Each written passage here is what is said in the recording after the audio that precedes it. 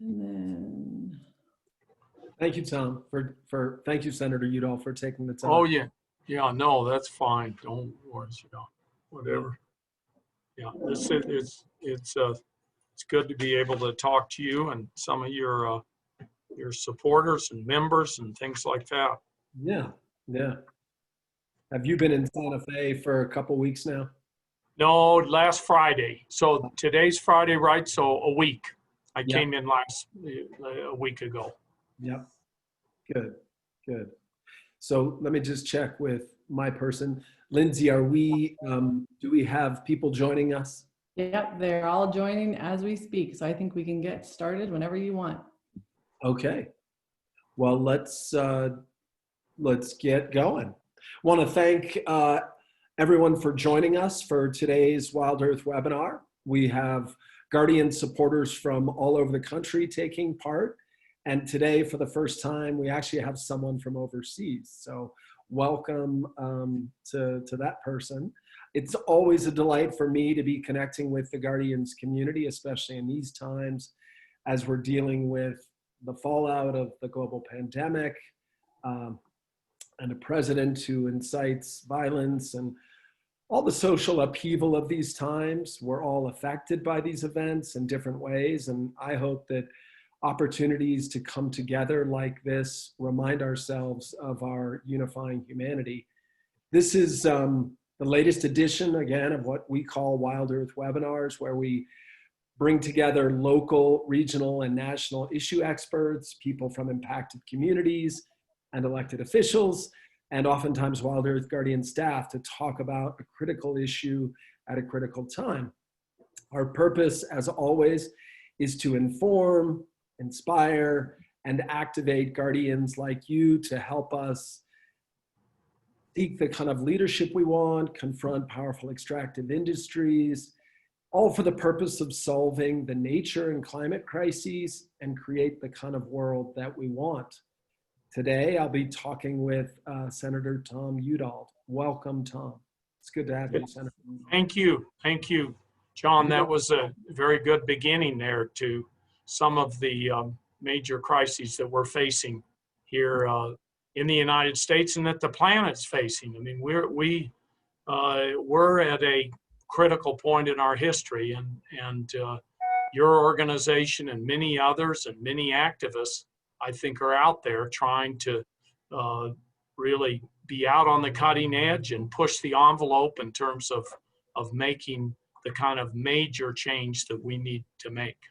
I appreciate those kind words about Guardians and all the advocacy groups out there that help advocate for change. Just as an additional introduction, I looked over with the help of your team all the history of accomplishments and just want to provide our audience a little bit of that.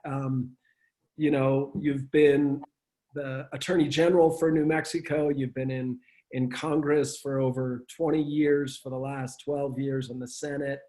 And when I looked at all the accomplishments, it's like you name the local or national conservation or environmental issue, and you're playing a leading role in that. So I want to acknowledge you and thank you for your leadership on so many issues that affect the things that Guardians members care deeply about: the Endangered Species Act, public lands, the 30 for 30 initiative that you're pioneering, which we'll get to, the Wildlife Corridors Act, which you've introduced, and then earlier this week with now Vice President nominee Senator Kamala Harris, the Environmental Justice for All Act. So I look forward to diving into all of those things.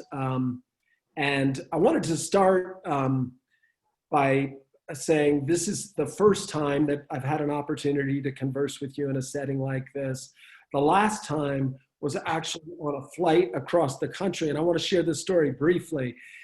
When you travel Southwest, as I think everyone knows, it's open seating, and I got to like the 6th row, and there was a person with a newspaper up to his or her face, and I wanted that seat just because I didn't want to go to the back of the plane. I had to rush to get off. and the person wasn't moving their newspaper. They didn't want to give up that middle seat, which I totally understand. But I finally convinced the person to put the newspaper down and let me sit. And after about 5 minutes, I looked to the left and I said, "Senator Udall?" And so we spent the next 3 hours conversing about all kinds of things. So I enjoyed that conversation. I'm sure we'll enjoy this one. Thank you again for taking the time. You bet. Well, that was a lively discussion, and I really enjoyed it. And you've visited Washington a lot. I've run into you, I think, on some of the trails in New Mexico, out hiking, and Yep. we've always had good discussions and quite a bit of agreement on where we need to go.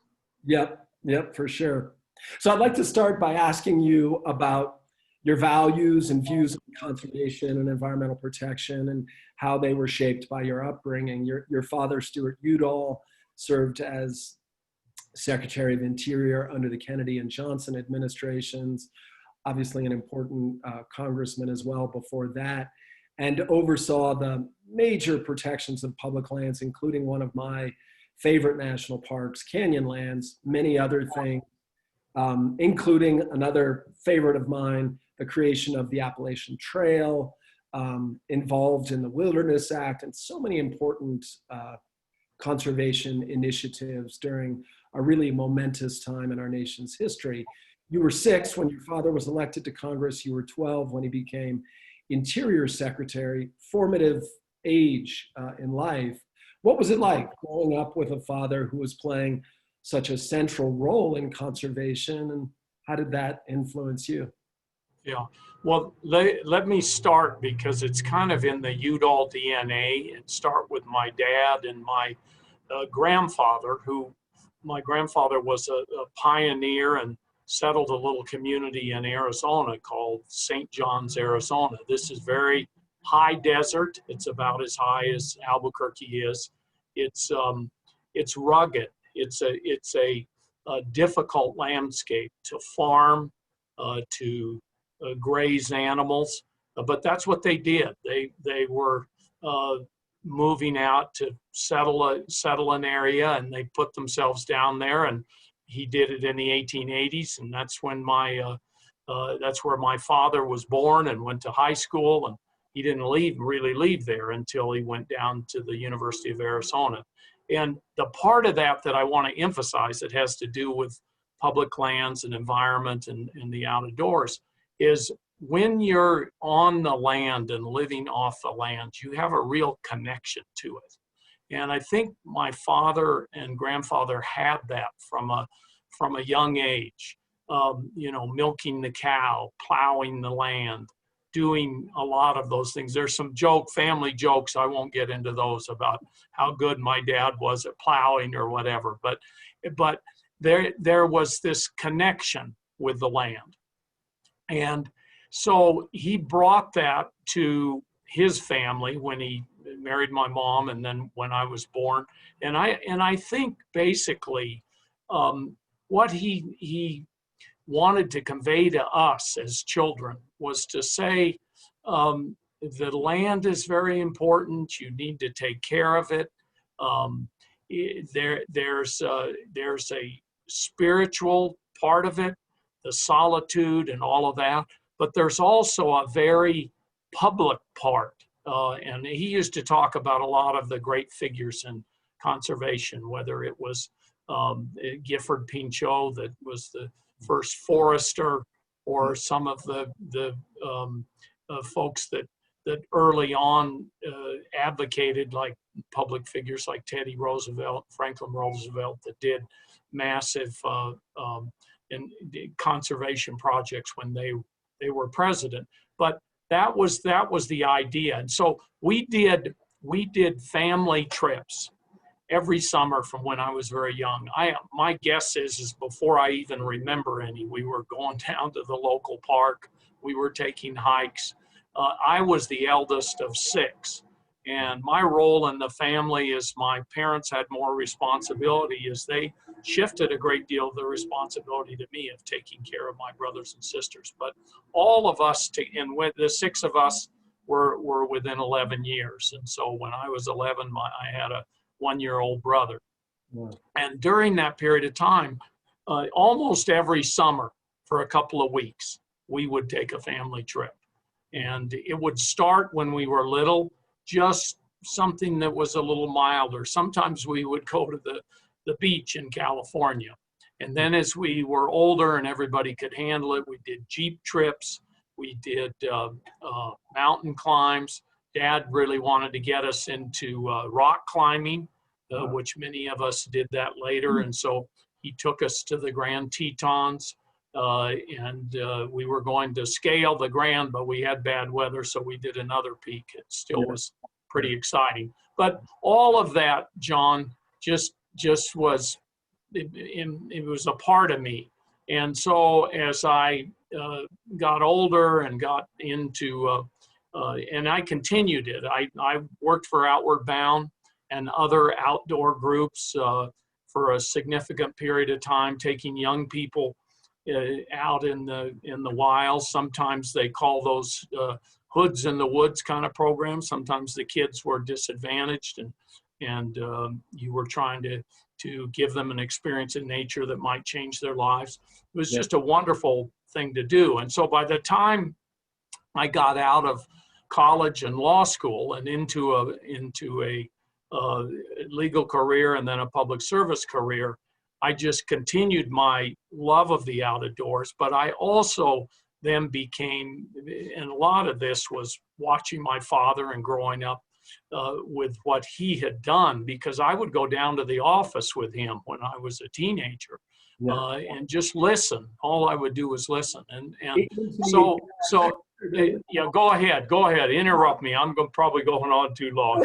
Would you go into that great Interior Secretary building, or the Interior building down on I and 14th? C Street, yeah, C Street and C and 19th, isn't it? Yeah, it's such a beautiful building. Yeah, and the secretary's office, I think, is the best secretary's office in all of Washington. DC. Totally, I've been there once. Huge fireplace in the winter. He would have it geared up in a roaring fire. Has lots of paintings and Native American connections and other Spanish and colonial kinds of connections, things like that. So anyway, then I was lucky enough this last 30 years to be New Mexico's Attorney General, represent New Mexico in the House for 10 years, now the Senate for 12 years. And I just always felt, coming from the West as a representative and arriving in Washington, I had to try to get people to understand what the West was all about. And there are obviously many challenges in the West. You talked about it early on in your introduction, the challenges of energy and development of energy, and yet at the same time, the majesty of our mountains and our outdoors and the recreational opportunities and how the tension is there. And so I dove into all of those things, you know, whether it was the conservation part or the energy part, or whether it was just saving our planet in terms of climate change. Yeah, we are so privileged to, those of us who live in the West, to call it home. I grew up in DC, but my mother's family is from Colorado, and I'm an adopted Westerner and New Mexican for the last 25 years. You mentioned the great room where the Interior Secretary sits, and I wanted to take the conversation in that direction. We're all have our eyes on November with hopes relating to what's going to happen in early November. And I wanted to pose a question to you that relates to the potential change in administration. What will the next Interior Secretary have to focus on in 2021? And what would be his or her top priorities, especially early on, given the last 4 years? Yeah, well, this is a very good question, John. This is a department that I have done oversight on in the Congress. I've been on the key committee for all 22 years, the Natural Resources Committee in the House, the Appropriations Committee in the Senate, the Environment and Public Works Committee for part of the time here. And so interior is something that I've obviously been very interested in and followed closely. The first thing you start with in the change is the people. And this is the saddest part. I mean, one of the things that my father always used to talk about is the interior, what a treasure the Interior Department career employees are. And that's true in many of our federal agencies where you have career people that serve their entire life in public service in a specialty. They may be a scientist, they may be a generalist in a way, like starting as a park ranger and working all the way up the system and then becoming a superintendent and eventually the director of the National Park Service, as Bob Stanton did, a young African-American student who my father was on a recruitment trip trying to get minorities into the department. And he started as a seasonal ranger, worked almost every job in the Park Service, and ended up 20 years later as the first African-American director of the National Park Service. So the people are tremendously important. They've been demoralized, they've been demeaned. This term that Trump uses, deep state, is a very horrible term. It seems to suggest that as president, whatever he says, there can't be any dissent from anybody in the government because they don't know anything. They should just follow me. And so there's going to be a massive rebuilding effort. What they're doing with this, the Bureau of Land Management, cutting the head off and sending it out to Colorado, is just a disaster. So there are organizational things they've done. They've demoralized the people. So let me pick a, and that's where you need to start. And that's hard to do because many of the people that were very good and had that career experience have retired, and they don't want to come back. They put in 25 or 30 years. That last couple that they had under Trump administration was probably so stressful, they've had it for their life. And so we need to do a major recruitment effort to build the middle ranks, but then we need to do a recruitment effort to have the employees of the Interior Department be as diverse as the nation, to look like the Interior Department should look like a cross section of the nation. I remember when my father told me that Ken Salazar, when he became secretary, my father was in Washington, he pulled him aside and I was there, but I didn't get to hear most of it. I heard both sides from what they afterwards, but Ken told me, he says, you know, one of the things my dad, Stuart, told me, he said, he had a wall up in the front office and they were all his managers. And he made a point of having pictures of them because he said that sent a message that you were trying to be as diverse as you could, trying to listen to as many people. And he said, I'd recommend you do that. He says, obviously, you know, you're Hispanic and you're the secretary, but you still need to send the message that when it comes to the issues that the Interior Department handles, we need every voice from every part of America to help shape the policy. You know, it's a great. You want to say something, John? Go ahead. It's a great vision because I think about a group like Guardians. Diversity is a core value for us, and we need agencies and organizations to reflect that in the makeup of the people that staff these organizations. Guardians has plenty of work to do in this regard. But it's funny because, you know, I care about policy and law, but I think culture is really what matters. And if I may, just one of the defining, there are plenty of things about this Trump administration, but hollowing out so many agencies, not just obviously in the conservation arena, but think about all the civil servants who work proudly to inspire and, you know, they're entrusted with so much, and so many good people have been chased out of government in the last 3.5 years. And so I'm just encouraged to hear your thoughts about Yeah. rebuilding morale as being a critical first step for whoever would become Interior Secretary. John, the other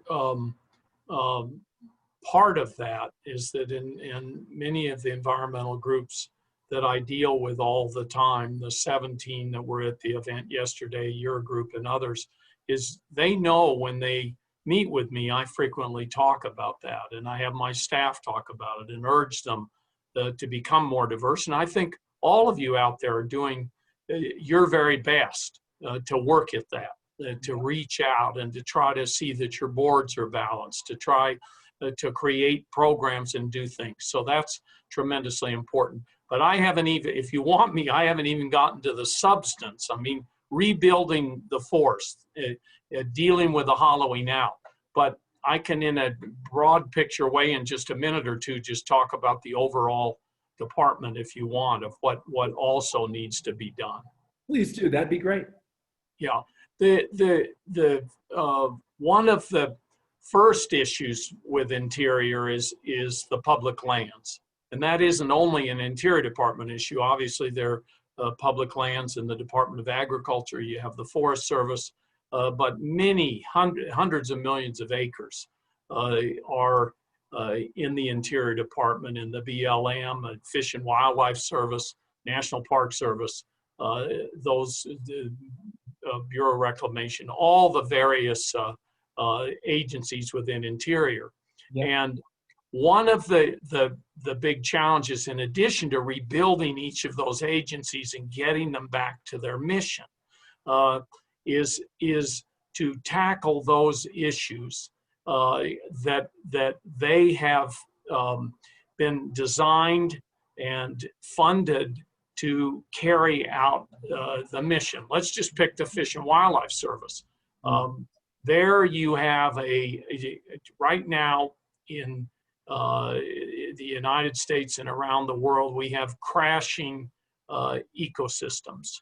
We have a extinction crisis. One of the most recent headlines talked about 3 billion birds gone. So that's what the Fish and Wildlife Service is about. And one of the most interesting things about my dad is that before he left the cabinet, before the endangered species became law, he did the first list at the Department of Interior. You should go back and look at it. It's such foresight. He has all the big species, bald eagle, grizzly bear, all the ones that later were put on the early list. He already had done that. Within the authority that he had. That was the kind of leadership that was needed, and that's the kind of a leadership I think that's needed in the future, to be able to look at what the problem is and really lead out on it. So you have those issues, which are, I view our life support system. When it comes to our ecosystems, we get so much from all of the ecosystems. Some environmental groups call them ecosystem services. I call them life support, because that's where we get our clean air, we get our clean water, we get our building materials for all of the things that we do. Many times people point out, scientists say, there are all these undiscovered medicines and things that could help people. And if you start heading in the direction of destroying species, you're going to lose a lot. So there's a tremendous amount that is given to us, and we need to get back to an ecosystem approach to this whole destruction that we're seeing. And then we need to see a good balance in terms of what's happening on public lands. I mean, we are very much tilted on an awful lot of our public lands only to energy, to oil and gas, to coal, to those kinds of things. I mean, those lands are much more valuable in terms of recreation, in terms of playing a role in climate change. I mean, I think our public lands, we should be carbon neutral, and we should work on a plan to move toward carbon neutral public lands. restore the forests that are on for interior. This interior has a lot of forests, restoring forests, working with the Forest Service to do the same thing. And 30 by 30, as you know, is an effort to say, if we save 30% of our lands worldwide, and in the United, it's a worldwide objective, but in the United States, 30% of our lands and oceans by 2030, with the objective eventually of getting to 50% by 2050, then you have the capability of the earth to deal in a very constructive, powerful way with the carbon dioxide emissions that result from our industrial society. Doesn't mean that's the only solution, but it could help out a lot in addition to putting a price on carbon and all those other things. So the Interior Department be right at the center of climate, endangered ecosystems, taking better care of the land, coming up with a good land ethic, dealing with the diversity issues and environmental justice issues that are out there.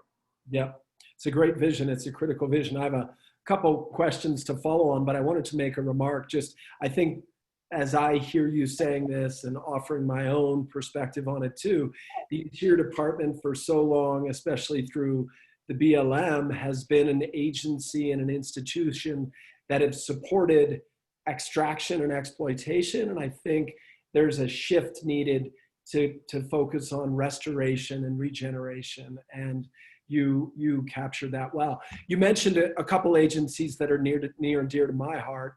One, the BLM, the other, the U.S. Fish and Wildlife Service. I wanted to ask a question about the BLM, and I'll share an anecdote as a way of offering the question. And then I also want to encourage our audience to offer some questions in the chat box, because I'll take one of those here in a moment. We'll also take questions at the end. So you mentioned Interior Secretary Ken Salazar, who was there for the first 4 or 5 years under the Obama administration. Just an anecdote, in 2011, 2 years into the Obama administration, Salazar went to Wyoming and touted a massive coal lease. It was something like 2 billion acres. And you probably well know the Powder River Basin there, which was supplying 300 of our nation's coal-fired power plants. And for those of us in the chairs that I occupy, it was a moment of incredible disjointedness and disconnect between the demand side, EPA, dealing with coal-fired power plants, and on the supply side, having a federal agency that seems to be talking with a completely different blueprint. I say this because I think the Interior Department, even under the Obama administration, was late to the climate game. Towards the end of the Obama administration, Sally Jewell, Secretary, instituted a moratorium and a programmatic review. Both of those have been undone.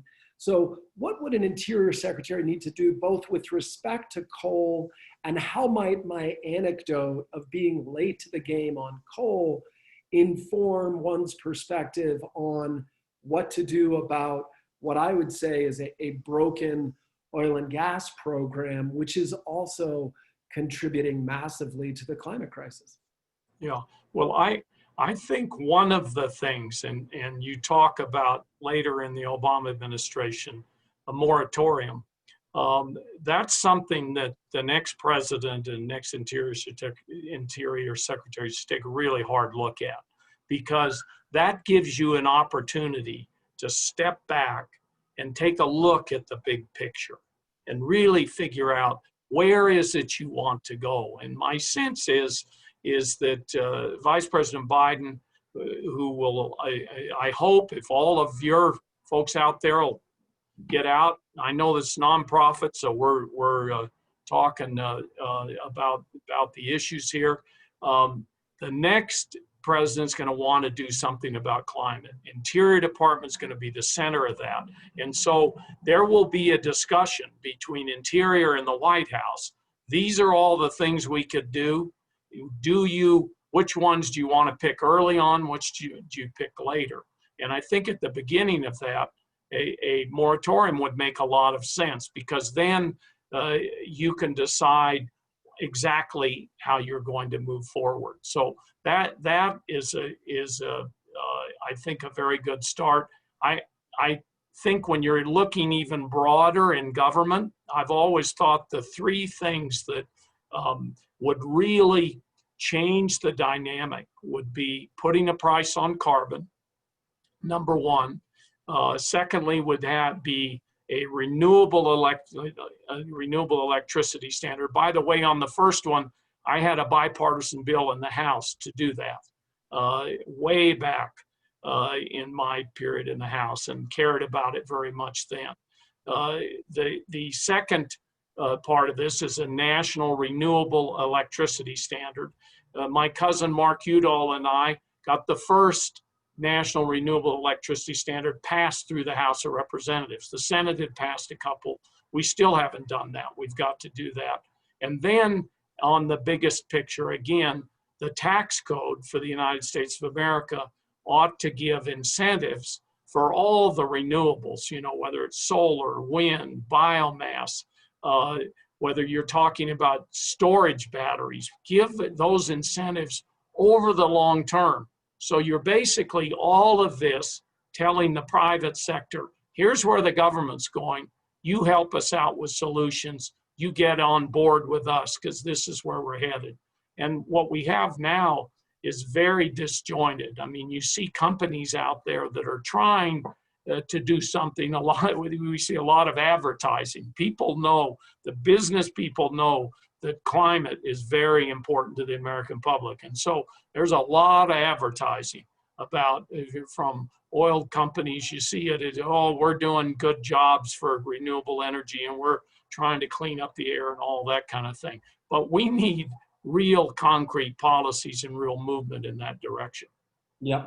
You know, the positive thing about that marketing and advertising is that it wouldn't be happening if the American public weren't urging leaders and businesses to do more. So there's greenwashing, but it does reflect that the public sentiment is urging our leaders to address this issue. And this is true of Republicans and Democrats and independents. So I want to get to some questions. Well, John, the other thing is it reinforces the public's feeling about that too, and they're going to feel even stronger with elected leaders in the future. Do something on this. So that's a good thing, even though we can question whether or not they're sincere or not, and whether they're just trying to be popular. They're reinforcing the idea this is an important issue. We got to get working on this. Absolutely. And it can help restore trust and faith in government, which I think is critical at these times. So my chat box here is blown up with questions. I want to ask one from a name that you'll know. I've got people from all over the country because some people provide their location. This is from an individual by the name of Tom Reeby. So Tom says, I'm worried that the Great American Outdoors Act is using funding from public lands, oil and gas to fund park repairs. How can we fund public lands without oil money, which implicates the climate? It's an interesting question. It's quite a challenge. Yeah. Oh, it's a great question.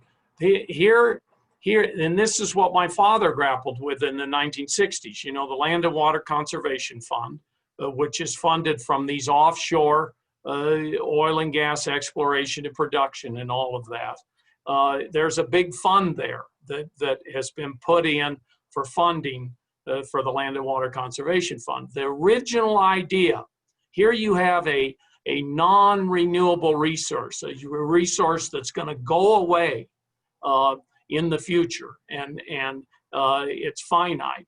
Why not take some of the revenue from that area and dedicate it to the renewable side? And so that was the original dream of the Land and Water Conservation Fund. Here you have this revenue from oil and gas, and you put it into protecting land permanently so that future generations way into the future in America can enjoy those lands. It's a wonderful thought, and it's the crystallized idea of what people are so excited about with this Great American Outdoors Act, which we've got a huge backlog. in maintenance of the Park Service. This is just a small amount of it. We're talking 9.5 billion. The fund is huge and has way more than it needs right now, but we're going to have to find a lot more money for maintenance, and it should be in the regular budgets of the Park Service, just like your person is mentioning here. So I think this is a good first step to deal with the maintenance, and 9.5 billion over 5 years. There's I think 120 billion backlog, but it's a massive backlog, and we haven't kept up with it, and that takes leadership. Yep, absolutely. Before I get to one more of my questions, there are a couple here that are essentially the same. These are from, again, people all over the country.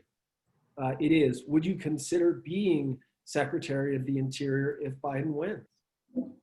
Well, at this point, what I'm committed to do two things in just a very robust way and from my heart. I want to finish my term. Part of the reason I didn't run for re-election is I just saw these last 2 years to focus on all the things I've been talking about and really care about, and not have to fundraise.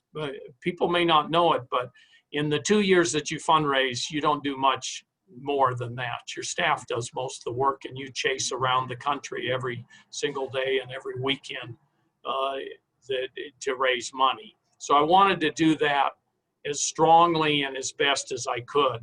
And then the second thing is I knew that President Trump was a disaster at the time I made the decision, that he was hurting our democracy, that he's undermining all our environmental laws, that he just isn't good for the country. He's the first president in my lifetime that focuses totally on dividing people rather than trying to bring us together. I've never heard of a president that's the sole motivation: divide in order to gain political capital, and just tremendously unfortunate. So I said, I'm going to be involved in the presidential race when it's clear we have a nominee. And so I jumped aboard with Joe Biden later in the race, but it was pretty clear he was going to be the nominee. And I started working with his operation. I've been helping him in terms of gaining supporters. I have a lot of supporters who have helped me over the years, and I'm working with him to plug them into his operation. And I want to see him elected president in a very strong, passionate way. So that's what I'm focused on right now. It obviously would be an honor for anyone in any position to be called on the president to be in his cabinet, but I don't want to speculate around on who he's going to pick or what he's going to do. And I think he does this the old-fashioned way. He doesn't want people campaigning for it. He wants, when he wins, and we're going to do everything we can to make sure he wins, I think he's going to look at people's qualifications, look at on the merits, who would be a good cabinet secretary, who understands the department, those kinds of things. So we'll just see what happens there. Yep. Okay, I wanted to ask another question about, again, the agency that you mentioned, another one near and dear to my heart, the U.S. Fish and Wildlife Service. And I just want to make a remark that I have seen the hollowing out of the Fish and Wildlife Service. It is, as you said, discouraging for those of us on this side of the work to see. And I can't imagine how discouraging it is for people on the inside who care deeply, not only about creatures, but about service. And so just a question about a high profile species that is the responsibility of the U.S. Fish and Wildlife Service. So a federal court recently struck down, as you probably know, the Interior Department's decision to strip away protection for grizzly bears. Our members were thrilled by that decision. State wildlife agencies and state game commissions in those states were quite upset. And I'll get to my question in a second. This is just a little background. These state wildlife commissions are, generally speaking, sort of culturally hostile to native carnivores, including those that are not on the endangered species list. One of the criteria for delisting an endangered species is this notion of, are there adequate regulatory mechanisms at the state level? And it seems to me that as long as game commissions are stacked with hunters, agriculturalists who have a cultural bias against carnivores, that they're not going to be ready for the mantle of managing iconic species like wolves and grizzly bears and other carnivores. So given all that, my question's quite specific, and it doesn't really have to do with science and law. It really has, I mean, it does, but it's more about social and cultural dynamics which influence these decisions. What can the Interior Department do to help prod and support these, what I believe are archaic institutions, change their governance, change to be more inclusive, more representative, and or their funding to protect species that are sort of moving just out of the emergency room that the Endangered Species Act provides? What can they do better? How can Interior help them do better? Well, let me start first of all on the big picture, because you know about the 30 by 30 campaign, so protecting 30%. Then I've got another bill on wildlife corridors that protects corridors between habitat. And then I've got a forest restoration bill, so where you have areas that you've really degraded your forest. Actually, President Trump called out the forest restoration bill and called out the Senator Rob Portman. It's my bill. He's my Republican sponsor, but you know, he's trying to gain some environmental credentials here, but that's just a tangent. So if you're doing all of those things, and there's the slogan I always like is protect the best and save the rest. You know, that's really where you need to go in the big picture, because then you're creating viable ecosystems, and these keystone species that you're talking about, whether it's the grizzly bear or the sage grouse or whatever it is, with stronger, healthier, viable ecosystems, they're all going to be doing better. So that's the big picture and kind of the vision. But then when it comes to fish and game, as you know, under most of these Western states, the people of the state own the wildlife. I think that's the basic principle, isn't it, John? In most Western states, is that the way you see it? I know there's there's actually some great law on this in a recent paper by the University of Montana, which says, and actually I was going to cite a Jimmy Carter remark from one of his comments to one of his addresses to the Senate, where he noted that wildlife, especially on public lands, are held in public trust for all Americans. And so there is this, as with all these things, a state and federal tension. That's all I wanted to add. Yeah. Well, and that's what I wanted to bring up with you, is the idea that there's a state role. And I saw recently, I had a meeting with Governor Bullock, and apparently on the grizzly bear in Montana, he set up there were issues that were very contentious, and people were applauding him, environmentalists. I don't know all the background. I just had a short half-day deal where I was at a conference with him.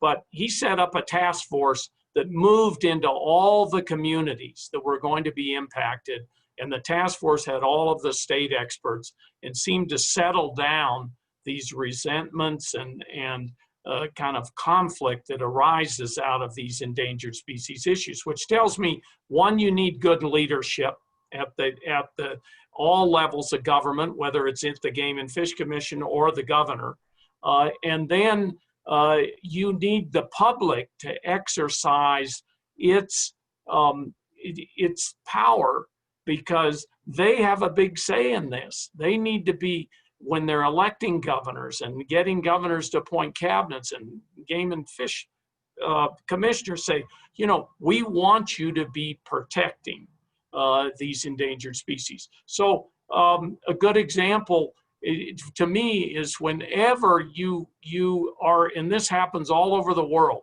when the media finds a species that's right on the brink and they really bring attention to it, the public are completely behind it. The public just, they love, they're like, over in Europe, I got a kick out of this. I said, how many bears are there?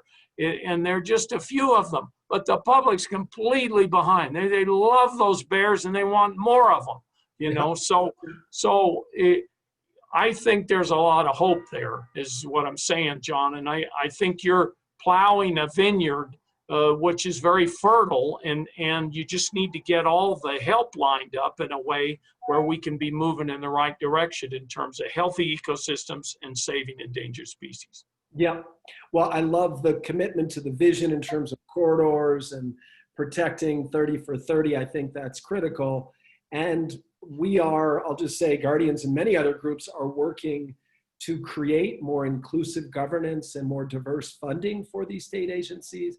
And I just want to put out there just restate, I am wondering how Interior can help in that role. And so I'll just leave you with that. I have another question. We only have about— let me say one more thing and just responding to that, and I'll be brief because I know you want to get to your questions. To me, one of the things that Interior could do better is all of the people that work in fish and wildlife, and especially the scientists and the people that have contact with the scientists, is spend more time with the public, educating them as to what needs to be done to save endangered species. Because we've talked a lot about public, we need the private sector involved and big private landowners involved to do the right thing in terms of these ecosystems, which eventually helps the species. Yeah, absolutely. Just in our final 10 minutes here, want to get to a couple more questions from the audience. This one is, Senator Udall, you've been a champion working to protect Chaco Canyon from the onslaught of fracking that is besieging the greater Chaco landscape. Now the Department of Interior, BLM, has just announced 4 new virtual meetings to fulfill its public engagement responsibilities as part of this new proposed drilling plan. Virtual meetings fall terribly short of meaningful consultation requirements, especially in engaging with indigenous, Diné, and Pueblo communities impacted by these drilling decisions. How can we work to assure meaningful consultation and consent in making sure the most impacted voices are front and center in decision-making that affects them? Well, the most unfortunate thing to me is that, and I spoke to Secretary Bernhardt about this, and I said, when you're doing these virtual public meetings in areas that don't have any connectivity, that don't have broadband, that in many cases don't even have cell service, you're not doing a consultation the way you should do it. Mm-hmm. And so you need to come up with a much better system, or you just better put a moratorium on all of this until the pandemic's over with, so that people can turn up to meetings and feel comfortable and feel safe and state their opinions. He's really tone deaf on this issue, the way he's moving forward with this. We've had to at every point on Chaco, we've had to put language in the appropriations bills. We've had to put in legislation that puts pressure on him. And he really is doing the bidding of the oil and gas industry when it comes to this whole Chaco area. I mean, John, you know this very well. 90% of the area surrounding Chaco is already leased to oil and gas. And so why aren't we trying to find some balance here when you have a tremendous resource in a historic national park? And when that was set up, they didn't know about all the other resources in the region. What I've managed to do is get $1 million for Interior to consult with the tribes and find out what other resources and sacred sites and burial grounds and all that are in greater Chaco that we need to take a look at. And we've given them the money. We hope that do this in a responsible way and a respectful way with tribes. The tribes are very excited about doing this. I just hope it works out in a way that gives us a blueprint for dealing with the greater Chaco area. Yeah, yeah. Well, thank you for your leadership on the Chaco issues. I know it's a struggle given the person who's in charge at the Interior Department right now, but I feel heartened by the work that's being done and the responsiveness of our entire congressional delegation, including the leaders in New Mexico on the House side, including especially Congresswoman Deb Haaland and Ben Ray Lujan. It's been great to see, again, the entire state's delegation unified in this regard. Just a couple more questions, if we can take you till just before 1 o'clock. I appreciate Sure. Just need to get off at 1, that's all. Yeah, we'll make sure. Yeah, so there's a federal agency that formerly was Interior. It's now an ag. It's an agency that your father was well familiar with. And in fact, he created some commissions to deal with this agency. At the time, it was called Animal Damage Control. Now it's called Wildlife Services, a bit of an Orwellian name, because the service they provide is one, at least in terms of the animals, is trapping, snaring, poisoning, and aerial gunning. And relative to even a dozen years ago, I've seen a growing groundswell of support at local levels, including most recently in Grant County, New Mexico, where the county commission voted to amend their contract with Wildlife Services to ban poisons. And Richard Nixon banned these same poisons, cyanide bombs and compound 1080. And I wonder what you think about what role an Interior Secretary could play through the lens of public lands to ensure and instill and nurture an ethic of greater coexistence that I think is in the interest of all Americans.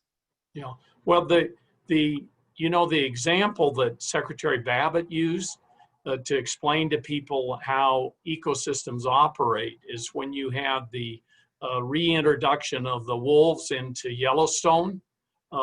What ended up happening is grazing animals moved in different ways. The riparian areas were protected.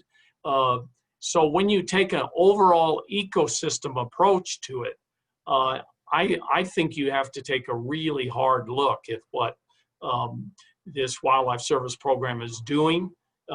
You need to completely reanalyze it in terms of all the things that I've outlined, whether it's having a healthy ecosystem, how these species relate to other species, how you move forward in terms of communities that are now understanding that they don't necessarily want to endorse the kind of poisoning route on this. And the thing that I've discovered, I've been out on a couple of properties here where ranchers and farmers and others are using non-lethal means in order to protect their livestock, be it sheep or cattle or whatever is out there on the land.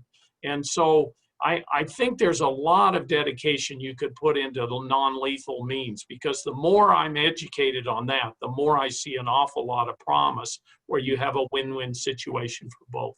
Yeah, I'll just add that the science in the last 10 to 15 years has actually confirmed that non-lethal measures are far more effective than lethal measures. And I would love to see Congress and Interior and Ag secretaries basically say, we're going to put all of our resources, with the exception of maybe a small amount, into nurturing, promoting, supporting, as you said, non-lethal coexistence. It's and John, if you one of the parts to this, if you have a person who loses a calf and you can absolutely prove through a good system that you work through that it was taken by a predator, you can have the reimbursement thing that the governments have done. And then I think some of the real leaders on this were the environmental groups that were willing to put up money and Yep. be at the front of this.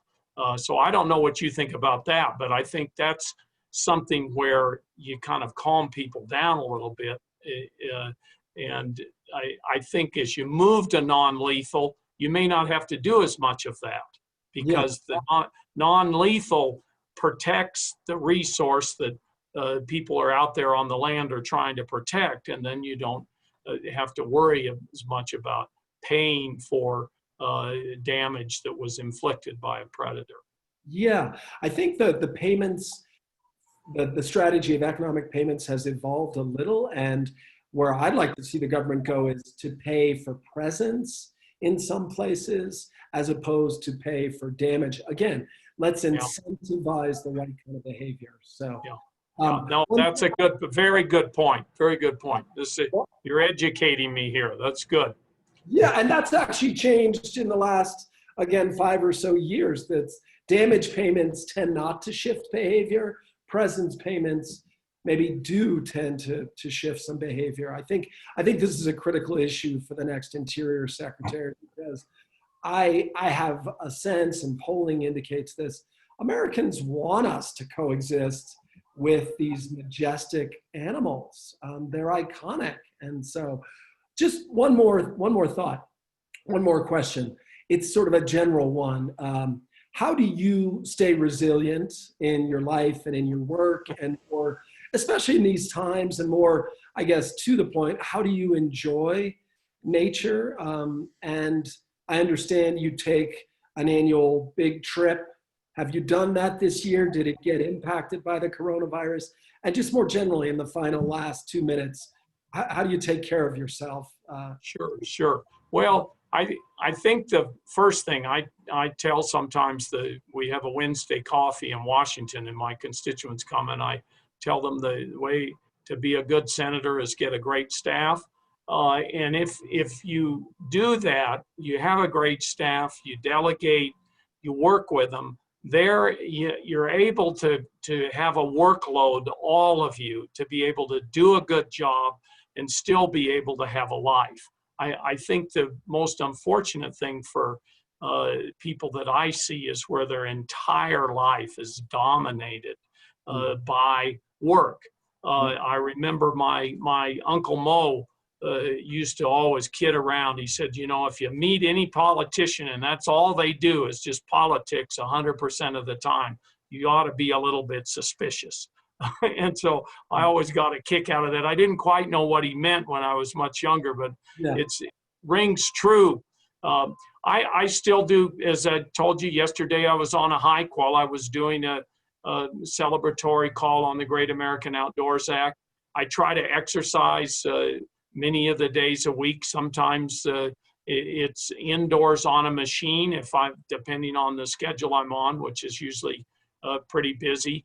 And then most of the time, I've been able to do a longer trip. I have a nephew here that we take, overnights. We go on fishing trips. I love the New Mexico landscape, and the fishing it is just fantastic to get out. There's nothing that takes you away from all the things you're worried about and thinking about than focusing on putting a fly in a pond and watching it with just intense concentration to see when the fish comes up and takes it. And you find it's almost like I play tennis too, focusing for an hour and a half on a tennis ball rather than worrying about the things that might come up the next day. And I'm going to keep trying to take trips. I haven't done one this year yet, and we'll see how that works out. I mean, we have the pandemic, and we have the Senate on 24-hour call, and so I'm not exactly sure what's going to happen. But I've done it a longer trip for more than 45 years. It's in my soul, and I imagine I'm going to try to keep doing it the rest of my life.